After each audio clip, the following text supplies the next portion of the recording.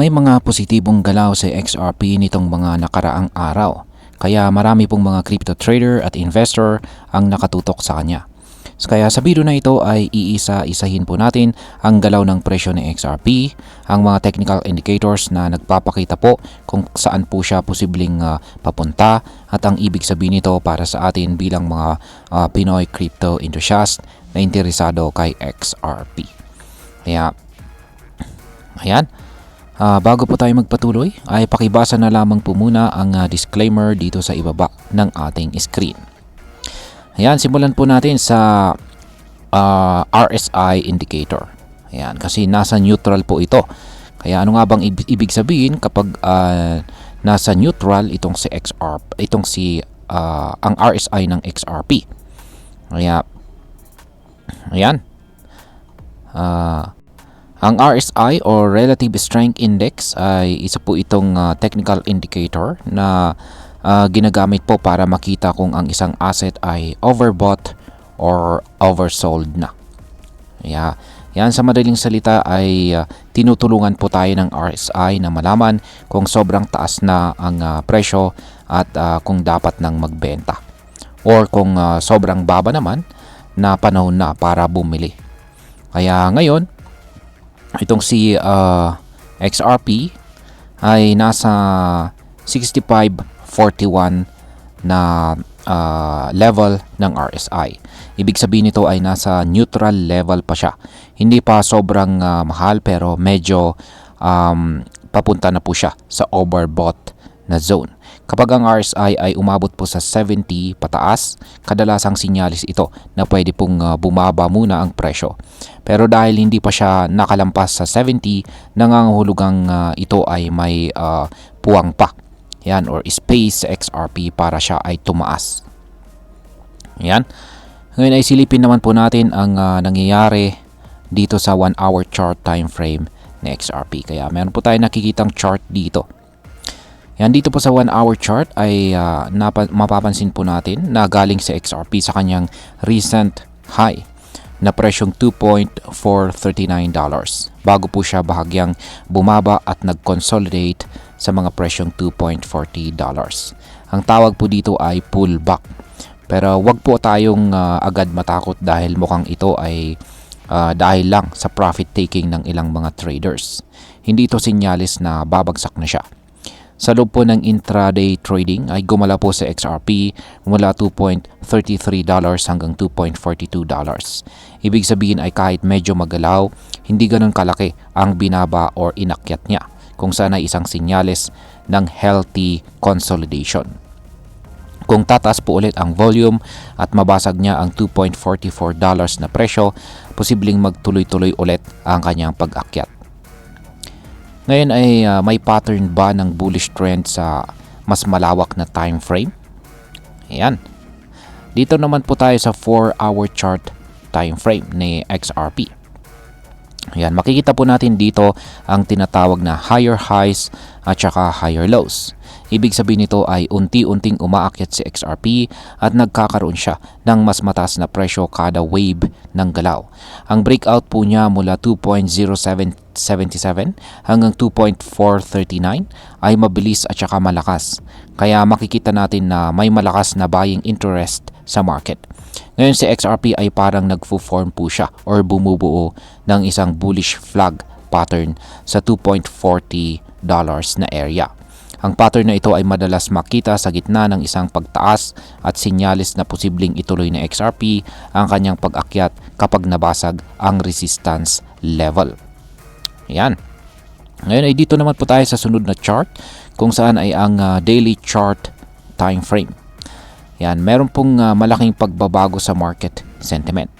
Matagal ding naging sideways ang presyo ng XRP pero ngayon ay tila nabasag na ang wall ng resistance or pader nagsisilbing resistance sa presyong $2.30 na ngayon ay isa na pong nagsisilbing support level. Kapag nanatili po siya sa itaas ng price level na ito, may posibilidad na umakyat po siya hanggang $2.50 or higit pa sa mga susunod na araw. Maganda ring bantayan natin ang presyo sa pagitan ng $2.30 hanggang $2.33.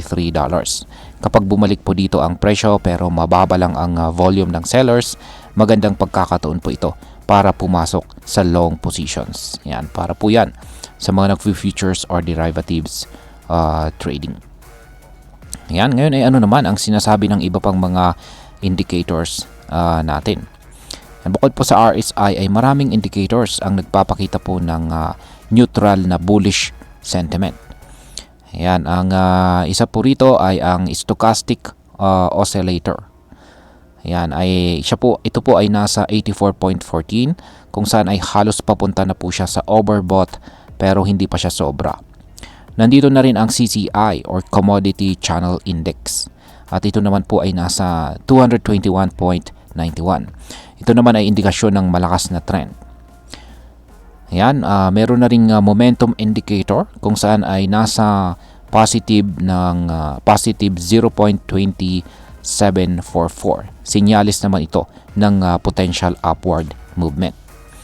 At saka nandyan na rin yung pamilyar na indicator natin na MACD or Moving Average Convergence Divergence.